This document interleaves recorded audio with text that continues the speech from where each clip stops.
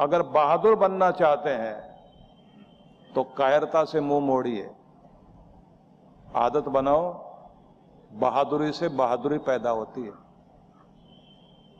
जब आप एक छोटी सी चीज जीतते हैं तो जीत की ललक पैदा होती है। कायरता से कायरता, वीरता से वीरता जागृत होती है। योगी के साथ बैठने से योगी बनोगे, भोगी के साथ बैठने से भोगी बनोगे, रोगी के साथ बैठोगे तो रोगी बनोगे। इसलिए उनके साथ बैठो जिनके साथ बैठने से आपको उनका रंग लगे, क्योंकि संग का ही रंग लगता है। अब आप चुने खुद कि किन के साथ बैठेंगे, किन जैसा होना चाहते हैं।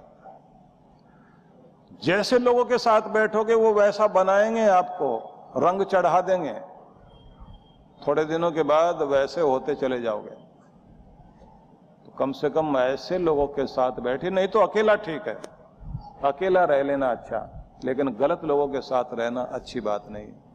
इसलिए मैंने जो आपको कहा था ना कि जो ऐब सिखाए वो दोस्त नहीं हो सकता, जो आपको गलत दिशा में लेकर जाए वो दोस्त नहीं हो सकता।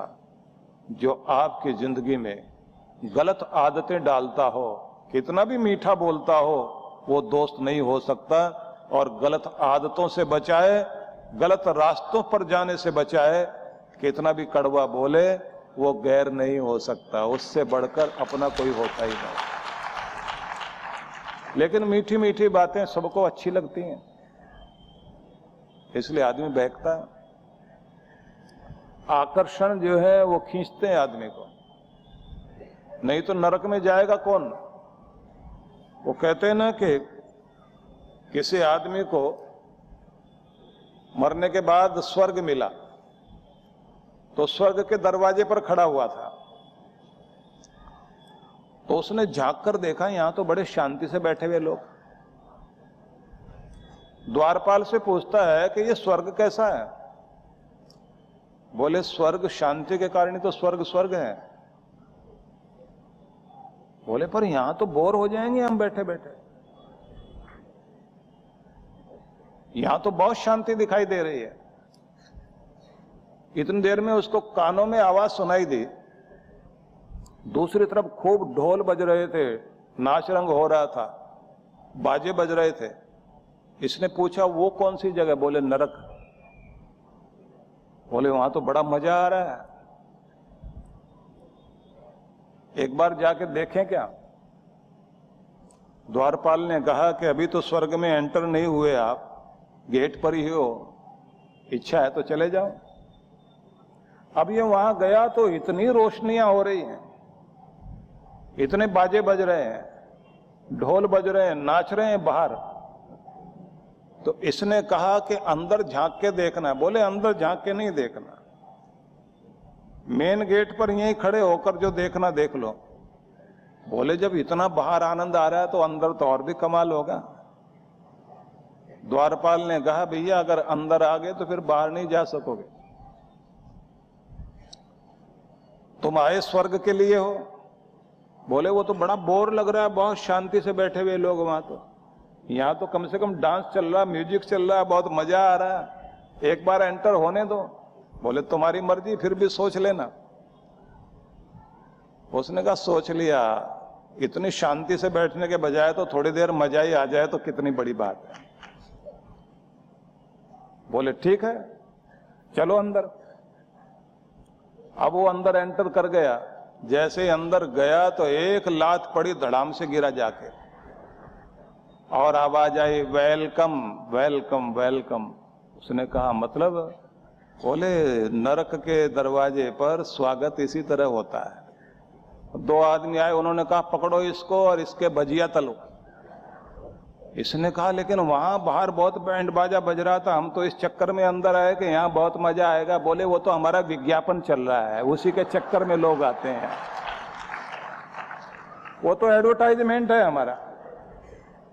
एडवर्टाइजमेंट ऐसा ही होता है, उसमें इतना रखा जाता है, इसी चक्कर में लोग यहां घुसते हैं, नहीं तो आएगा कौन। बोले वहां स्वर्ग में तो एडवर्टाइजमेंट नहीं था। बोले वहां अक्ल का इस्तेमाल किया जाता है। यहां अक्ल पर पर्दा डाला जाता है, इसलिए विज्ञापन किया जाता है। वहां अक्ल का इस्तेमाल किया जाता है कि अगर तुम अक्ल का प्रयोग कर सकते हो तो स्वर्ग तुम्हारे लिए है, और अगर अक्ल का प्रयोग नहीं कर सकते तो नरक तुम्हारे लिए है। तो अब आप सोच लीजिए कि हम अपने स्वर्ग को खो बैठते हैं बाहर के आकर्षणों के चक्कर में, झूठे आकर्षणों के चक्कर में, क्योंकि नरक का विज्ञापन बड़ा जबरदस्त है। जितनी भी चमकीली चीजें हैं वहां देखने वाली बात है कि हम अपनी अक्ल का इस्तेमाल कितना करते हैं। वेदों में और उपनिषद में एक बड़ा प्यारा मंत्र है, हिरण्मयेन पात्रेण सत्यस्या पिहितम मुखम। चमकीले सुनहरे आवरण में, परत में, कवर कह लीजिए, कि उसमें सच्चाई को ढककर रखा गया है। सत्यस्यापिहितम मुखम, सच का मुंह ढका हुआ है। तत्वम पूषण नपा वृणु सत्य धर्माय दृष्ट है, ये उपनिषद का वचन है कि ये पूषण, आनंद से जीने वाले इंसान अपनी बुद्धि का प्रयोग कर और सच्चाई को अगर परखना चाहता है तो बाहर की चमक पर नहीं, आवरण को उठाकर उघाड़कर सच को झांकने की कोशिश कर, तब तेरी जिंदगी में आनंद आएगा। बाहरी चीज, चमकीली चीज, वो तुम्हें जो आकर्षित कर रही है वो सच नहीं है। सच इस कवर के अंदर है, आवरण के अंदर है।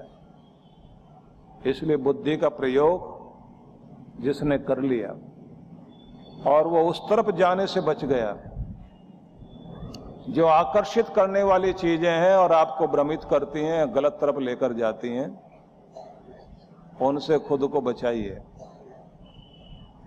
तो अपने शांति जीवन में लाने का पहला प्रयास, उसी से आपके जीवन में सुख भी आएगा, और जब दोनों चीजें आ गई तो आनंद भी आएगा। अब अगली बात बड़ी महत्वपूर्ण है, वो भी मैं आपको बताना चाहता हूं। अब अगला बिंदु आपको मैं बताना चाहता हूं, जिसे आप बहुत प्यार से पकड़ेंगे कि विकसित होना ही जीवन का उद्देश्य है। विकास की यात्रा पर बढ़ते जाना ही जीवन का उद्देश्य है। तो जीवन के ब्लैक बोर्ड पर अपनी प्रमुख इच्छाओं को लिखिए, उसका सपना देखिए, उसी के लिए योजना बनाइए, उसी के लिए कर्म कीजिए। और निश्चित बात है, जिसका स्वप्न देखोगे, जिस चीज की बहुत इच्छा करोगे, जिसके लिए योजना बनाओगे, वही चीज आपकी जिंदगी में साक्षात उपस्थित होगी। इसलिए लिखकर लगा लेना चाहिए कि मैं अपनी जिंदगी को यहां देखना चाहता हूं, मुझे हर दिन विकास करना है, हर दिन अपने आप को कीमती बनाना है। तो इसका मतलब ये हुआ, हर दिन आपकी जिंदगी की कीमत या तो घटती है या बढ़ती है। अपनी कीमत को घटने मत दीजिए। इसलिए कहते हैं ना कि भले बुरे का हिसाब है जिंदगी, भले बुरे का हिसाब है जिंदगी, पाप पुण्य की किताब है जिंदगी। पाना और खोना, रोना और हंसना, कांटों से घिरा एक गुलाब है जिंदगी। चारों तरफ कांटे हैं लेकिन अंदर हंसता हुआ गुलाब है। अगर आप अपने जीवन के फूल को पाना चाहते हैं तो कांटों के बीच से होकर जाना पड़ेगा। इसलिए कहते हैं ना कि बाधाएं कब बांध सकी हैं आगे बढ़ने वालों को। जिसके मन में आगे बढ़ने की भावना है, कोई रुकावट नहीं। बाधाएं कब बांध सकी हैं आगे बढ़ने वालों को, और विपदाएं कब मार सकी हैं मरकर जीने वालों को। क्या करना है? प्रमुख इच्छाएं अपने जीवन के ब्लैक बोर्ड पर, अपनी कॉपी पर, अपने मन पर, अपने अंदर, अपनी आत्मा पर लिखिए कि ये चाहिए मुझे। क्षणिक इच्छा संकल्प नहीं होता, कभी ये मूड कभी वो मूड, वो कोई बहुत जिसे हम कह दें कि ये संकल्प है, ये इरादा है, ये लक्ष्य है, ये लक्ष्य नहीं होता। लक्ष्य वो होता है जिसका नाम लेते ही आपके अंदर जोश भर जाए और आपके अंदर खुशी आ जाए, आपको लगेगा बस ये अगर जिंदगी में आ जाए तो इससे बढ़कर कुछ भी नहीं है। वो चीज आपका लक्ष्य हो सकती है।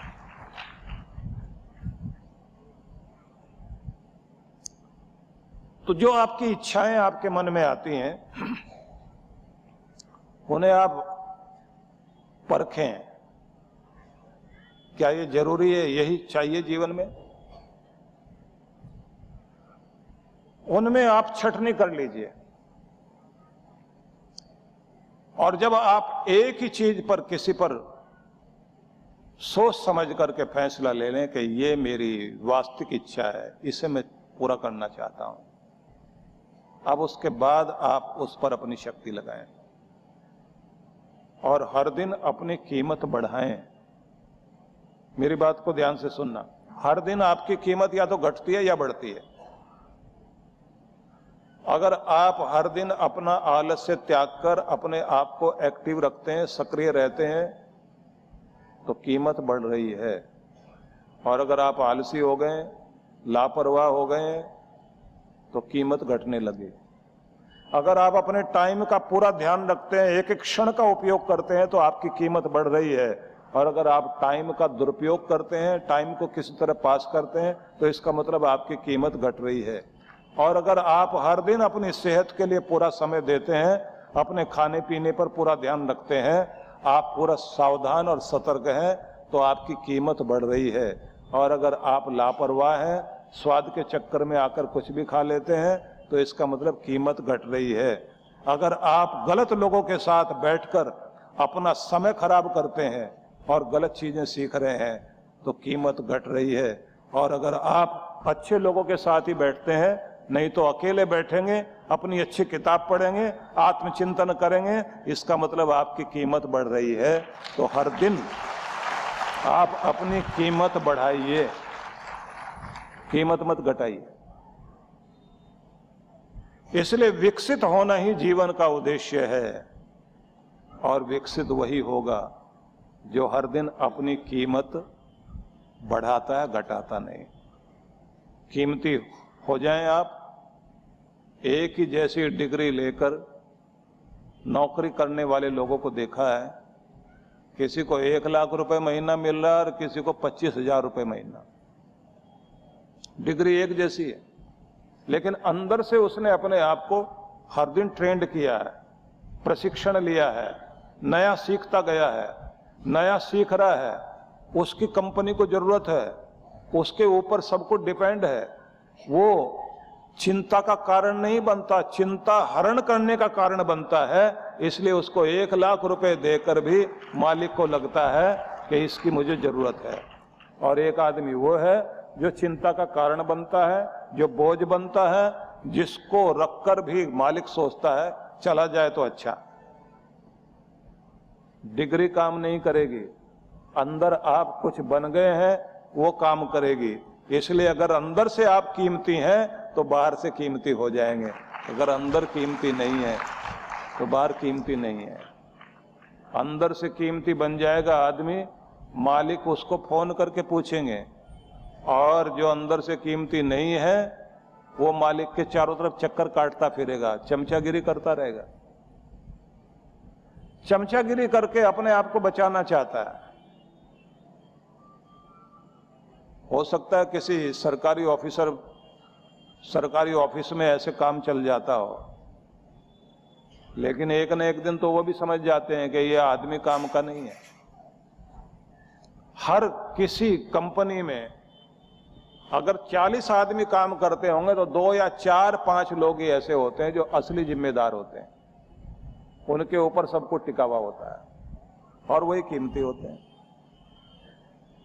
और सब लोग जानते हैं कि यहां कीमती आदमी कौन है। और कमाल की बात यह है कि ऐसे लोगों की खुशबू बाहर भी जाती है।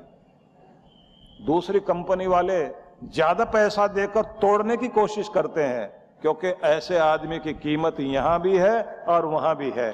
और